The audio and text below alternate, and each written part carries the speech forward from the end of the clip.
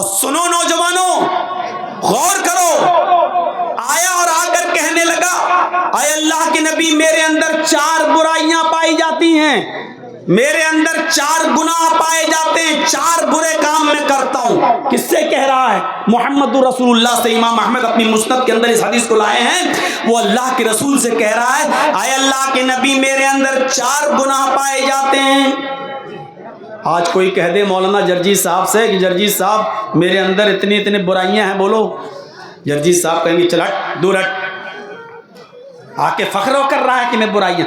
اللہ کے نبی کے پاس بیٹھا ہے، کائنات کی سب سے مبارک ہستی کے پاس آ کر بیٹھا ہے، اور کیا کہہ رہا ہے؟ اے اللہ کے نبی میرے اندر 4 گناہ پائے جاتے ہیں، 4 برائیاں ہیں میرے اندر۔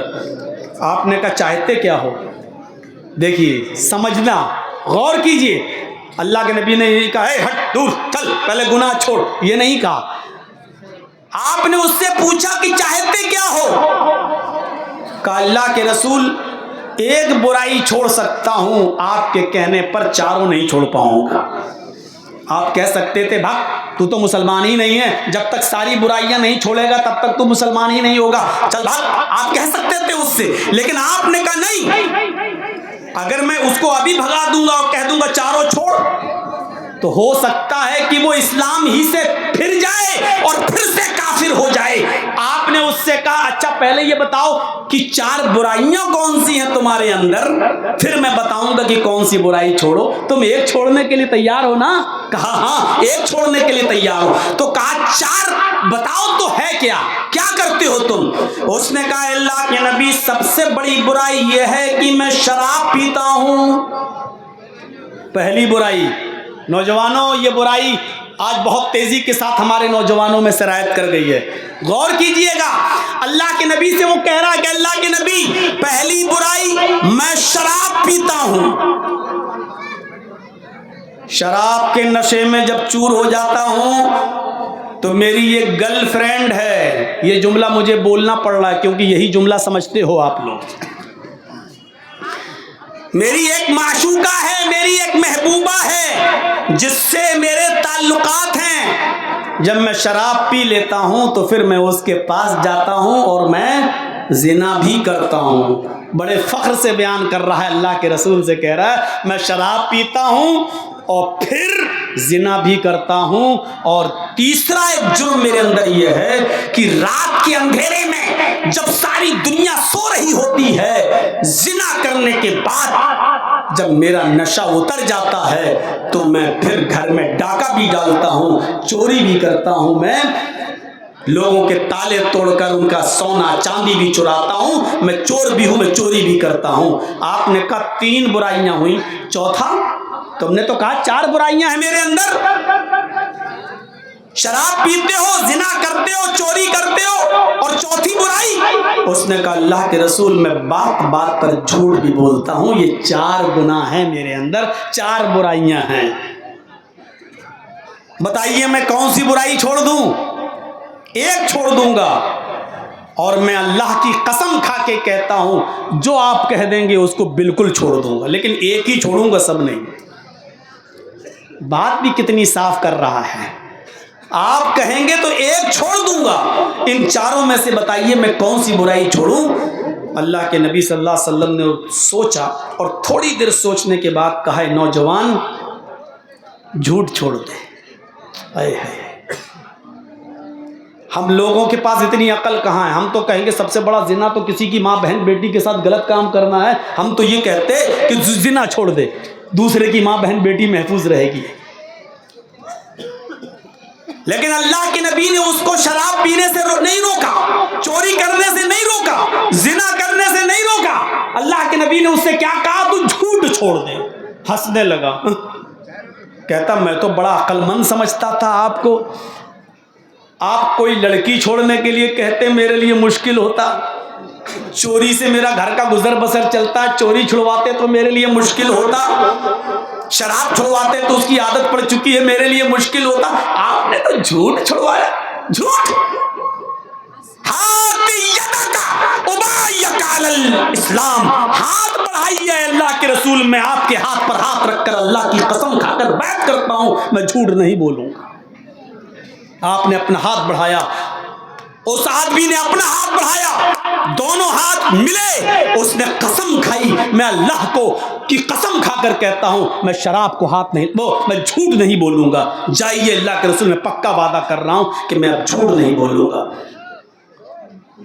آپ نے کہا اللہ تمہیں تمہارے وعدے پر قائم رکھے، چلا گیا وہاں سے۔ رات آئی، بھیا ان سے کہو کہ خاموش ہو جاؤ، بھائی بیٹھ جاؤ، یہ چینل والوں آج آ گئے ہو یہ نوٹنکی ہم روز روز برداشت نہیں کریں گے آپ لوگوں کی۔ کہا رات ہوئی، دن میں آ گیا، خوش۔ ارے اللہ کے رسول نے کیا چھوٹا سا گناہ چھڑوایا ہے، جھوٹ، لیکن اس کو نہیں معلوم تھا کہ کیا چیز چھڑوائی اللہ کے رسول نے۔ رات ہوئی، گیا، شراب کی بوتل لی اس نے اپنے ہاتھ میں، پکڑ لی، اس کا ڈھکن بھی کھول لیا، شراب منہ تک لے گیا، لیکن فوراً واپس کرتا ہے، پیتا نہیں ہے، اور سوچتا ہے اگر کل اللہ کے رسول نے مجھ سے پوچھ لیا کہ شراب پی تھی یا نہیں پی تھی۔ آپ لوگ کھانا بولتے ہیں ہر چیز میں، بیڑی کھا لو، چائے کھا لو، دودھ کھا لو، شراب کھا لو، آپ لوگ کھانا بولتے ہیں، پانی کو بھی کھانا بولتے ہیں بھائی۔ ہاں چلیے، اپنی اپنی جگہ کی ایک بھاشا ہوتی ہے میرے بھائیوں، پھر بھی میں سمجھانے کی کوشش کروں گا۔ اس نے شراب کی بوتل کا ڈھکن کھول دیا، شراب منہ تک لے گیا، سوچتا ہے نہیں، اگر اللہ کے رسول نے پوچھ لیا کل شراب پی تھی یا نہیں، اگر میں نے کہہ دیا ہاں، اگر میں نے کہہ دیا ہاں، ابھی تو نہیں کہہ کے بچ جاتا ہوں، کوئی گواہ نہیں ہے۔ اب دیکھو، اب یہ آ گئے نواب صاحب،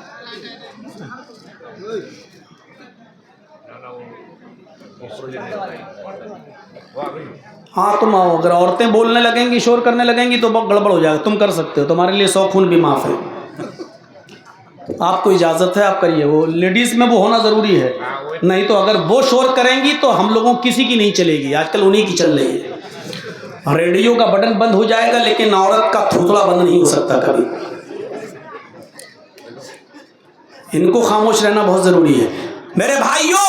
اس نے کہا کہ اگر کہیں اللہ کے نبی نے پوچھ لیا پی تھی یا نہیں، میں نے کہہ دیا ہاں، جب میں خود ہی قبول کر لوں گا تو شراب پینے کے جرم میں 40 کوڑے مارے جائیں گے، کیونکہ جب میں خود ہی کہہ رہا ہوں ہاں تو 40 کوڑے مارے جائیں گے جو سزا ہے، اور اگر میں نے کہہ دیا کہ نہیں تو یہ جھوٹ ہو جائے گا، اور میں نے اللہ کی قسم کھا کر وعدہ کیا ہے کہ میں جھوٹ نہیں بولوں گا۔ قسم کا کتنا پاس و لحاظ تھا اس زمانے میں، آج تو قسم تھوک کے بھاؤ کھائی جاتی ہے، تھوک کے بھاؤ، منچوں پر بھی لوگ قسمیں کھا لیتے ہیں تھوک کے بھاؤ، اور اسی لیے اللہ کے رسول صلی اللہ علیہ وسلم نے فرمایا جو زیادہ قسمیں کھائے وہ جھوٹا ہے، اللہ کی ہی قسم کھائے لیکن بار بار اللہ کی قسم میں، اللہ کی قسم، بات بات میں قسم کھائے، اللہ کے رسول نے کہا اللہ کی بھی بار بار قسم کھانے والا اگر بہت زیادہ قسمیں کھاتا ہے تو وہ جھوٹا ہے۔ لیجئے یہ حدیث اللہ کے رسول کی، جو بہت زیادہ قسمیں کھائے سمجھ لو کہ وہ جھوٹا ہے۔ اگر میں نے کہہ دیا نہیں تو یہ جھوٹ ہو جائے گا، اور میں نے جھوٹ اللہ کی قسم کھا کر وعدہ کیا کہ میں جھوٹ نہیں بولوں گا، اور اگر کہہ دیا کہ ہاں پی تھی تو 40 کوڑے مارے جائیں گے، نہیں چلو یار شراب چھوڑ دیتا ہوں، نہیں پیوں گا تو کیا ہو، میری زندگی مٹ جائے گی کیا، شراب چھوڑ دیا، ایک گناہ چھوٹ گیا، آگے بڑھا، زنا کے لیے گیا، ہوش میں تھا ہی، شراب پیا نہیں تھا، زنا کے قریب جاتا ہے، لڑکی کے قریب جاتا ہے۔ مسند احمد کے الفاظ یہ ہیں کہ وہ تیار ہو گیا زنا کے لیے، یعنی دونوں اپنے کپڑے اتار چکے، لیکن کہنے لگا رک رک رک، اگر کہیں اللہ کے رسول نے کل مجھ سے سوال کر لیا کہ کل زنا کیا تھا یا نہیں کیا تھا، اور میں نے کہہ دیا کہ ہاں کیا تھا، تو کنوارا ہوں 100 کوڑے مارے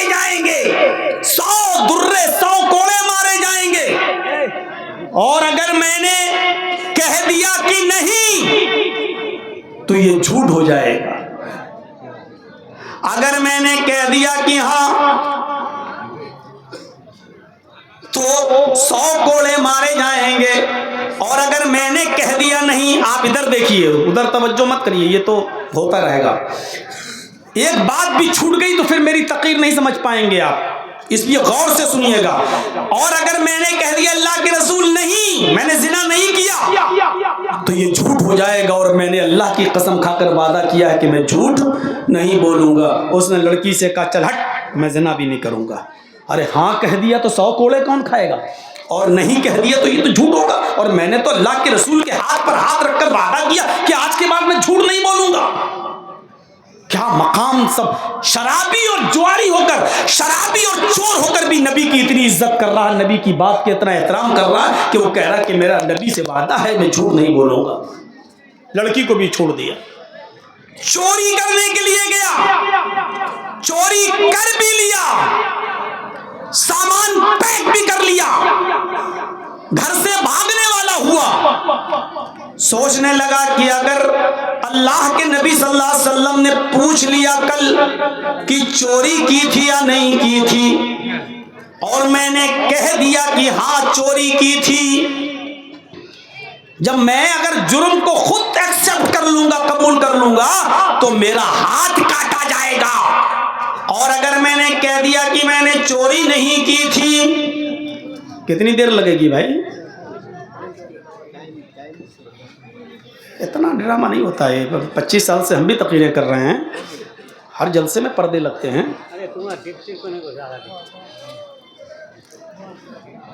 تو میرے بھائیوں،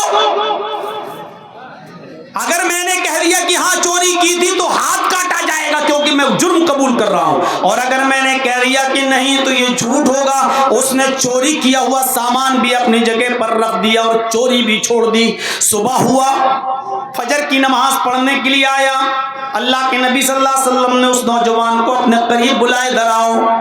وہ آیا، بیٹھا، آپ نے کہا کہ ماشاءاللہ آج تو تم دکھائی دے رہے ہو بہت جلدی، لگتا ہے رات بھر سوئے نہیں ہو۔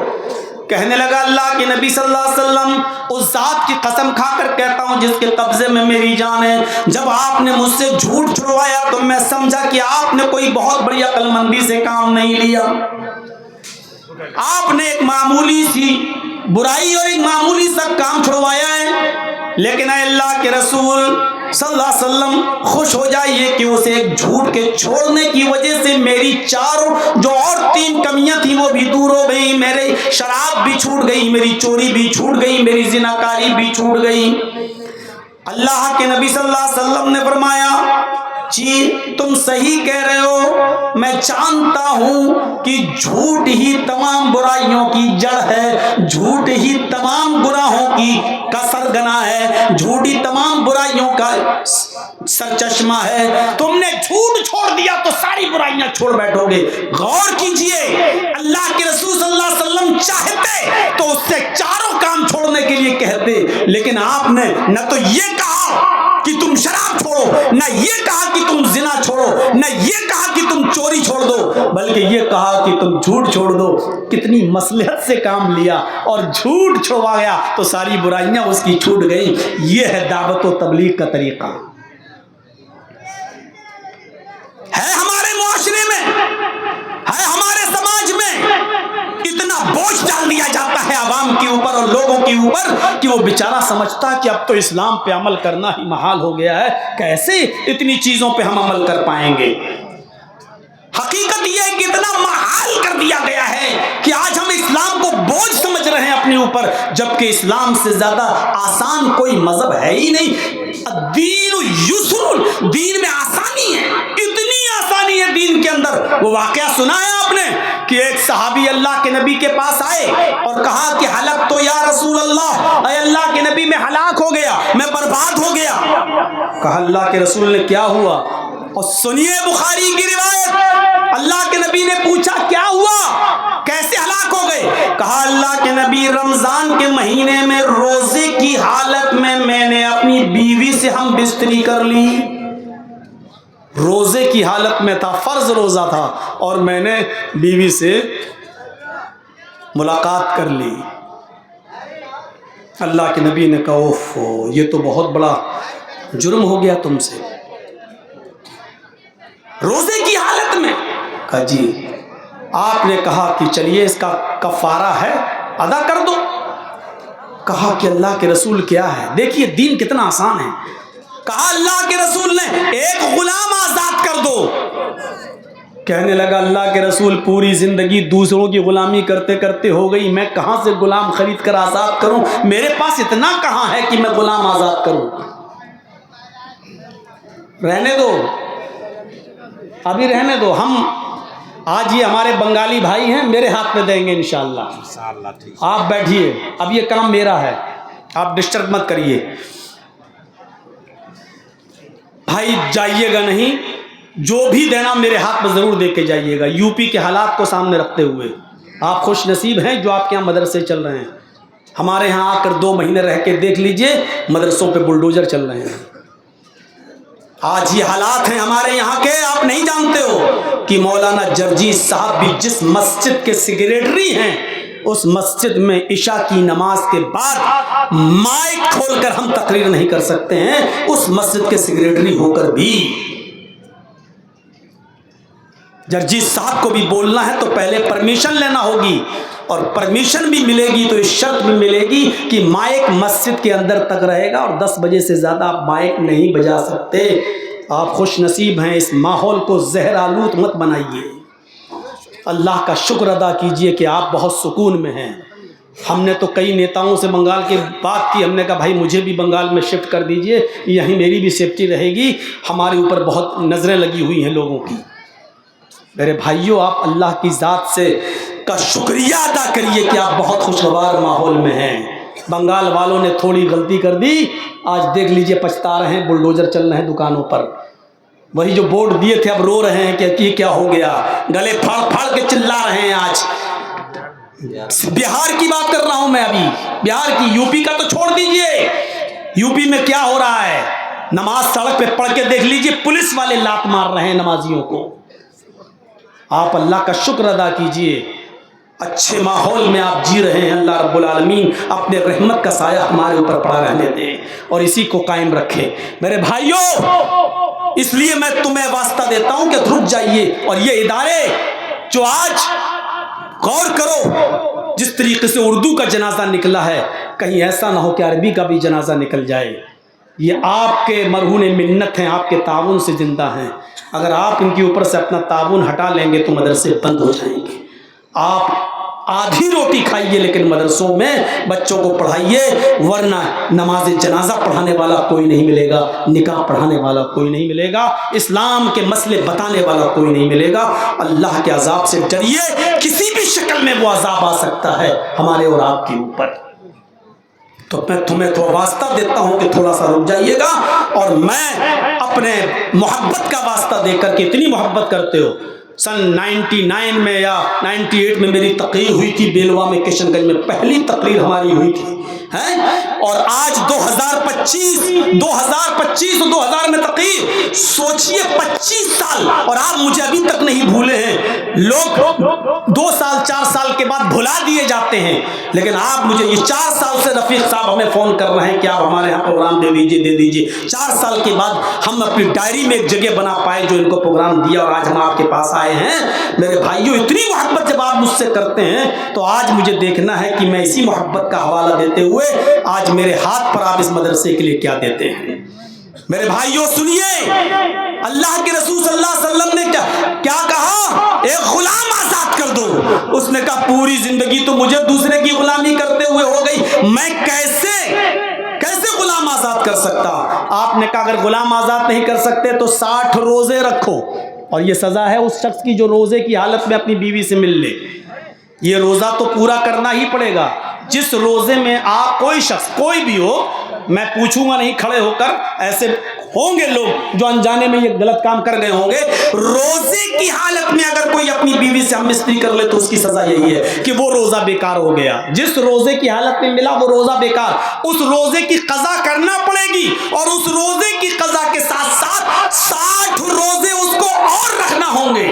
60 روزے مسلسل پے در پہ کنٹینیو، شہرینی متتابعین، کنٹینیو ریگولر، اس کو 60 روزے رکھنا پڑیں گے، 60، ایک بھی بیچ میں ناگا نہیں ہونا چاہیے، ایک روزہ یہ پورا کرے گا اور جتنا رمضان کے روزے باقی ہیں وہ پورے کرے گا، پھر یہ روزہ جس میں بیوی سے مل لیا یہ روزہ پورا کرے گا، اس کے بعد 60 روزے بطور سزا کے اس کو بھی رکھے گا، ایک بھی ناگا ہو گیا تو اب تک جتنے رکھے سب بیکار۔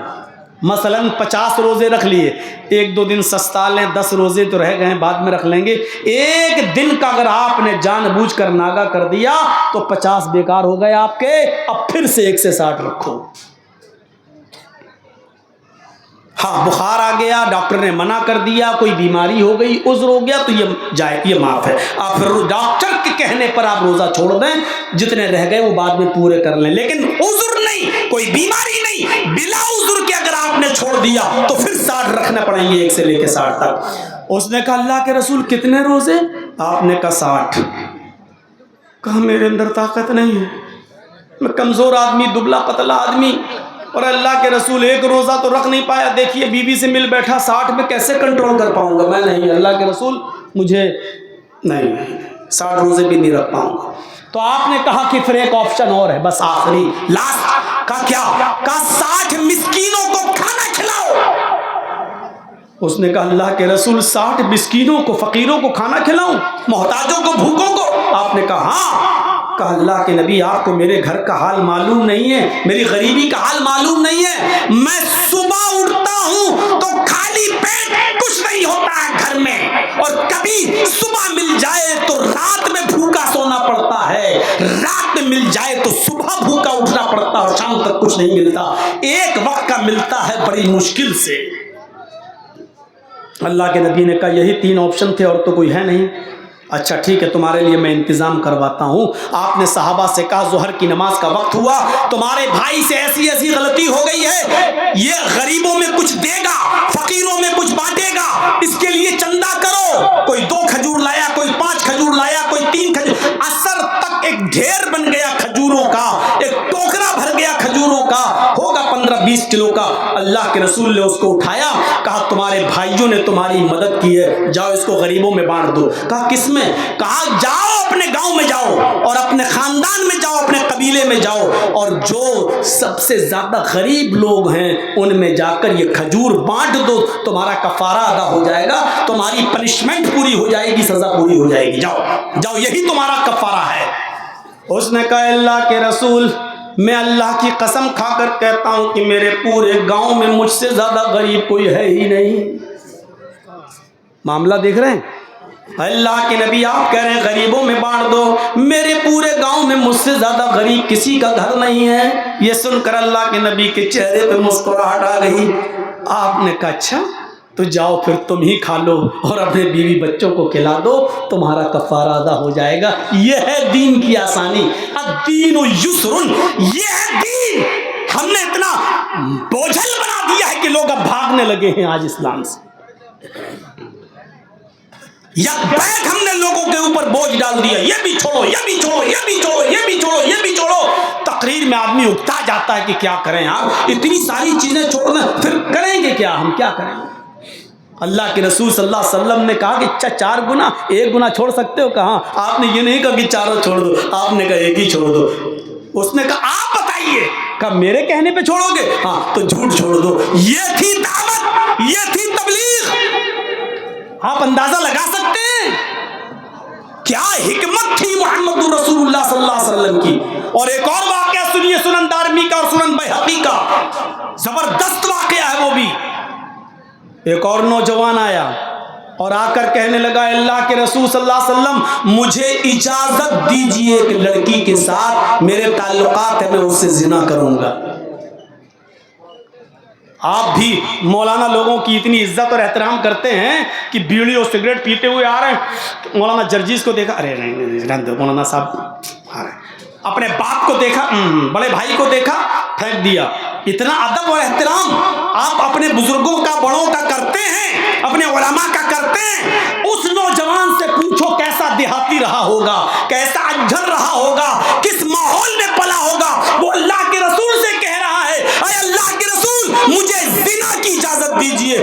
لڑکی سے دوستی ہے میں اس کے ساتھ زنا کروں گا. کتنا گندا کام کی پرمیشن مانگ رہا ہے, اور سب سے مبارک ہستی سے پرمیشن مانگ رہا ہے. کائنات میں محمد رسول اللہ سے زیادہ مبارک کوئی ہستی نہیں ہے. اور کائنات میں زنا سے بدتر کون سا گناہ ہے شرک کو چھوڑ دیا جائے تو. صحابہ اس کو گھور رہے ہیں, مطلب صحابہ اس کو گھور رہے ہیں, کیا کہہ رہا ہے اللہ کے رسول سے. چپ. اللہ کے نبی نے صحابہ سے کہا نہیں تم چپ رہو. ہاں کیا کہہ رہے ہو؟ آپ نے اس سے کہا اردن منی, میرے قریب تو ہو جاؤ, پہلے میرے قریب آؤ, اور قریب بلا لیا. ابھی ہم سے کوئی آدمی کہے کہ مولانا صاحب میں زنا کرنے جاؤں, ہٹ کمینے ہٹ, مجھ سے کیا پوچھ رہا ہے, تو جانے تیرا باپ جانے, مجھ سے کیا پوچھ رہا ہے. آپ تعجب کریں گے اللہ کے رسول صلی اللہ علیہ وسلم کی زندگی پر. آپ کہہ رہے ہیں میرے قریب آؤ. کائنات کی سب سے مبارک ہستی زنا کی اجازت لینے والے نوجوان کو اپنے قریب بلا رہی, ادھر آؤ. اور کیسے سمجھایا اس کو, یہ دیکھیے آپ, دین دیکھیے کیا ہے. آپ نے اس سے کہا تم زنا کرنا چاہتے ہو. وہ صحابہ کو دیکھتا ہے, دیہاتی تھا, کہنے لگا جی دوستی ہے ایک سے, میں زنا کرنا چاہتا ہوں. آپ نے کہا اچھا ٹھیک ہے, مجھے پرمیشن دینے میں کوئی آبجیکشن نہیں, کوئی اعتراض نہیں, میں تمہیں اجازت دے دوں گا. لیکن یہ بتاؤ کیا یہ کام تم اپنی ماں کے ساتھ کر سکتے ہو؟ اب سمجھانے کی سٹائل دیکھیے آپ کی. کیا یہ کام تم اپنی ماں کے ساتھ کر سکتے ہو؟ اس لڑکی کے پاس جو ہے وہ تمہاری ماں کے پاس بھی ہے, کیا تم اس کے ساتھ زنا کرو گے؟ یہ میری طرح چیخ کر نہیں کہہ رہے ہیں اللہ کے رسول, آپ اس سے کہہ رہے ہیں کیا یہ کام تم اپنی ماں کے ساتھ بھی کر سکتے ہو؟ اس نے کہا فدا کا بھی و امی یا رسول اللہ, میرے ماں باپ آپ پر قربان, اے اللہ کے رسول کوئی شریف آدمی اپنی ماں کے ساتھ زنا کیسے کر سکتا ہے؟ آپ نے کہا ہاں میں بھول گیا, ماں کے ساتھ کون زنا کر سکتا ہے؟ اچھا ٹھیک, ماں کے ساتھ نہیں کر سکتے؟ کہا نہیں. اچھا اپنی بہن کے ساتھ یہ زنا کر سکتے ہو یہ کام؟ کہا فدا کا بھی و امی یا رسول اللہ, اے اللہ کے نبی میرے ماں باپ قربان آپ پر, کوئی آدمی اپنی بہن کے ساتھ بھی یہ کام کیسے کر سکتا ہے؟ آپ نے کہا ہاں نہیں کر سکتا. ٹھیک. اچھا اپنی بیٹی کے ساتھ تو یہ کام کر سکتے ہو؟ کہا اللہ کے نبی کون شریف انسان اپنی بیٹی کے ساتھ یہ کام کرے گا؟ میرے ماں باپ آپ پر قربان, نہ میں ماں کے ساتھ, نہ بہن کے ساتھ, نہ بیٹی کے ساتھ, یہاں تک کہ اللہ کے رسول میں اپنی خالہ کے ساتھ بھی نہیں, اپنی پھوپھی کے ساتھ بھی نہیں, یہ کام نہیں کر سکتا کوئی بھی شریف آدمی. آپ نے کہا اے نوجوان,